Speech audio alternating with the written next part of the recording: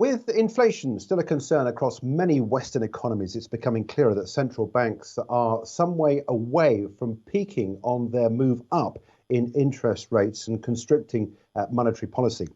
Despite evidence that growth is suffering and jobs are being lost across all sectors, it remains central bank's priority to combat rampaging inflation. With more on what's happening, and we're joined by Jeremy Lawson, Chief Economist and Head of Aberdeen Research Institute. Jeremy, good to talk to you. Thanks indeed for your time.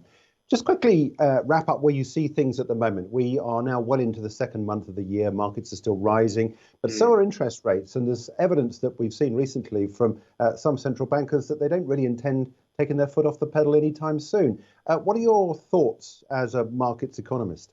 I think that the last 2 weeks in the bond market has really been dictated by the realization that some of the complacency about how quickly inflation pressures would dissipate was not being realized, and that also economic growth is actually a bit more resilient than many thought that it would be at the start of the year.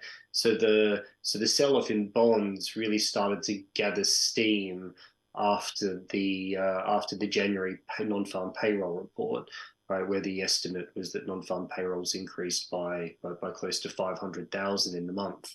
And even though there are probably some statistical shenanigans in there that mean you don't want to take that number too much at face value, there's little doubt that underlying demand for labor is quite strong. And then, of course, we've had the CPI data for January, producer price index for January, both of which again sort of revealed that underlying inflation was a bit stronger than the market had been factoring in. And so then the new narrative is, well, actually, maybe central banks aren't as close to reaching the peak in policy rates as they had thought, and certainly the market was pricing in. So it's in this process of recalibrating again. And I think it's sort of quite a dangerous time because risk assets have obviously had a great run over the last sort of 3 months on the expectation of either a soft landing or what in some circles is being called a no landing scenario. But we think there's a lot of dangers in that because all the preconditions for eventually having to have a recession remain in place. Well, let's pick up on that point as we approach the next lot of US jobs data. I'm looking at some of the data we saw last year. Tech companies shedding more than 150,000 workers in 2022, according to the website Layoffs. We know that we've seen more this year. There are some substantial numbers as well coming through from some tech companies particularly. But the tech sector is an interesting one, isn't it? Because tech employees are quite mobile. There's this gig economy, which they all seem to work to. And there's going to be a big move, I guess, for some into freelance work. How do you see the non-farm payrolls developing over the next few months, given that some of the layoffs are coming in a sector which is more agile?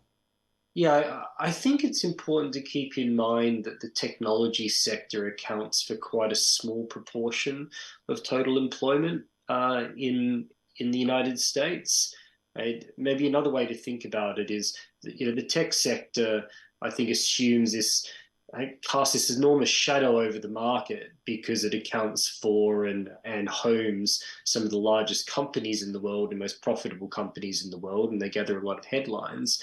And so then when layoffs are being announced, that then assumes there's sort of greater import or impact than it probably has on the real economy itself.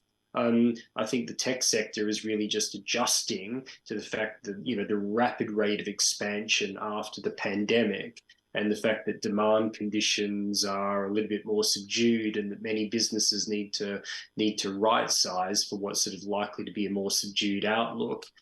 But otherwise, that labor demand sort of is actually relatively solid. And this is actually part of the problem, I think, for the Fed, is that they were hoping to see a more significant slowing of employment growth and probably actually into a period where it was so weak that the unemployment rate would begin to rise. But there are just no signs of that happening at the moment. It's an interesting word you use there, adjustment. And I guess it's been a long while since we've thought about the normality of interest rates at 2, 3, 4%.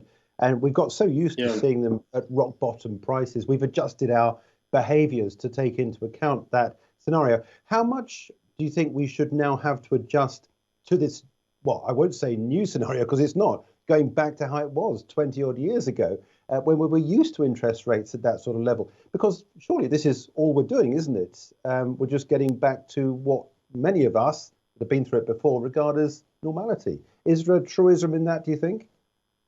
I guess there's this interesting question of what is normal. I mean, if you think about the last 50 years, you went from a very low interest rate environment to a very high interest rate environment after the 1973 oil shock, and then all the way through to the, to the Volcker sort of disinflation, ultimately, where rates were sky high in order to bring inflation sort of down from very high levels, and then a 30-year bull run in bonds as those interest rates sort of trended down with inflation and neutral real interest rates declined.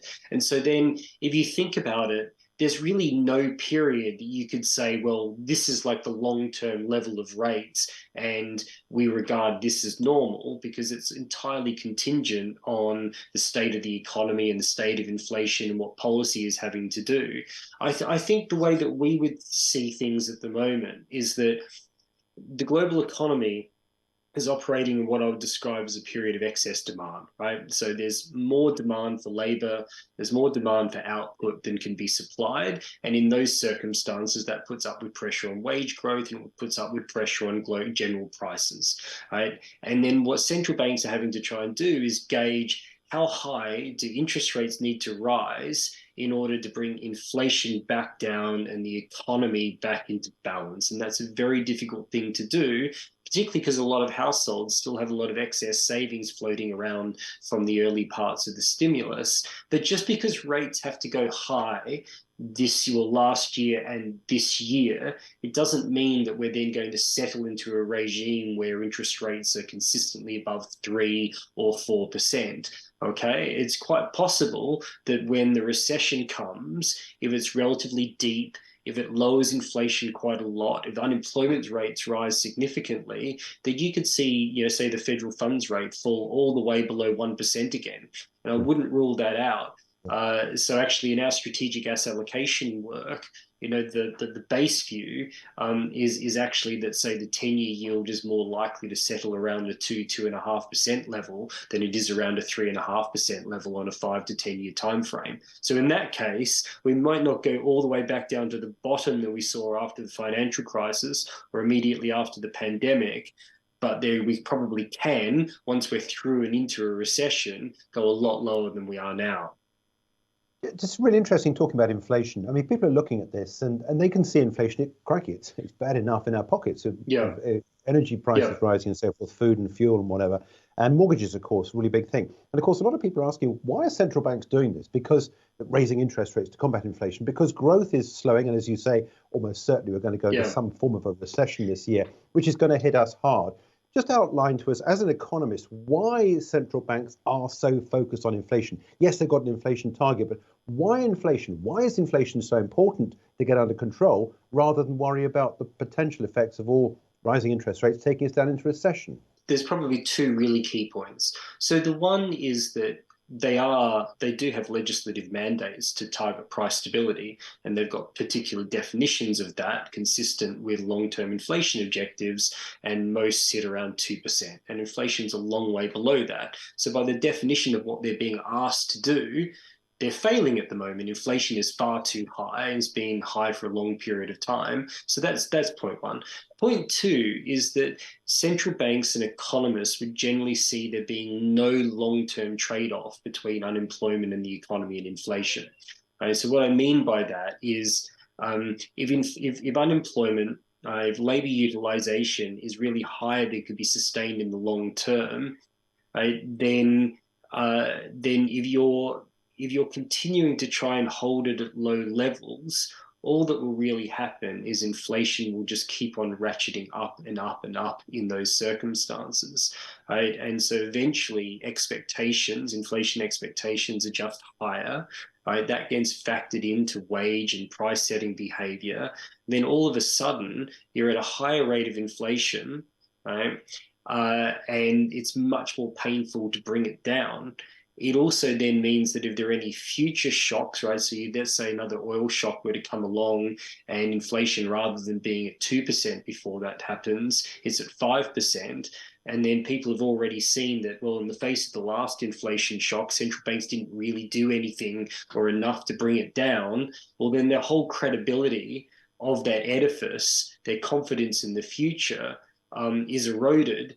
And so again, that what might otherwise have been a temporary shock to inflation becomes a permanent one. So central banks, I think, really sort of think that it's very, very important to think about the economy being in balance, right? And unfortunately, the policy errors they made in 2021 in particular, of keeping policy too low for too long, of interpreting the inflation surge as a transitory one, has meant that the growth has to slow dramatically, and that a recession might be a byproduct of that policy tightening.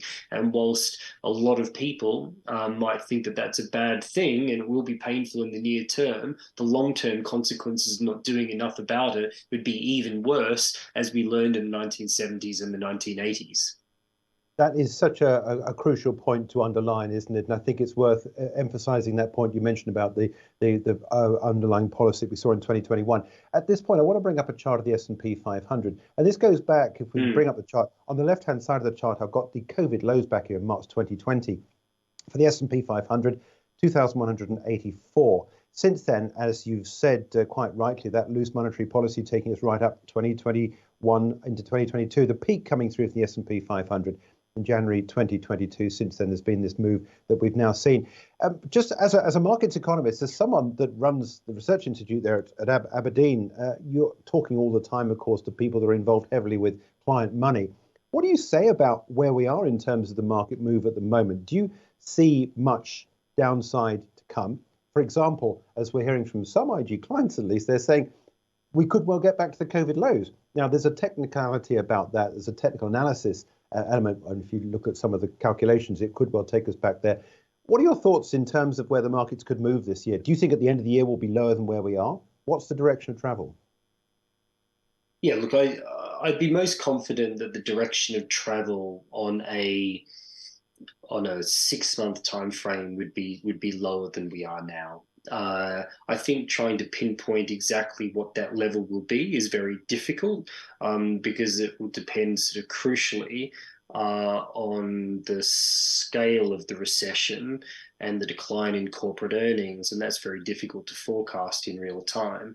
I think what we can say with some degree of confidence is that on reasonable discount rates, that a fair valuation for the market, given the likelihood of recessions across many economies and the fact that the market is not pricing in a corporate profits recession, right? So the market is pricing in a soft landing or no landing scenario at the moment, that once that realization, once that reality is brought to bear, and you account for the fact that markets do tend to overshoot fundamentals in those periods of heightened uncertainty, then the market will need to drop. I mean, I saw some interesting commentary this morning, which sort of showed that if you look at the composition of the market in the last sort of few months, more or less the stocks that were damaged the most from the peak to the trough in October last year, they've been the same stocks that have gained the most over the last sort of 3 months or so.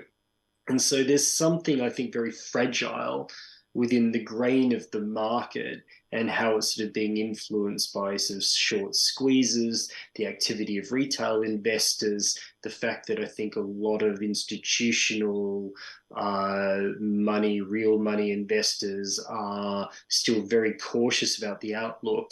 Right. And then given what central banks need to do over the coming months, this sort of mean that I think there's that real vulnerability. Now, whether the market at the end of the year is lower than it is now, well, that again, it depends on the timing of a recession, depends on how long the recession lasts for. If you look at how markets behave over time, you tend the trough in the equity market tends to be during the recession, but before its end, right? So in fact, it's usually at that point in which the rate of decline in activity is at its peak. And so even if activity of growth is still declining, and it's declining at a slower rate, the markets can start to improve. So it could well be that you're into a rally before the end of the year, or maybe it doesn't occur until 2024. But certainly we should be pretty confident that the market's unlikely to be able to sustain at its current levels unless a soft landing does materialize.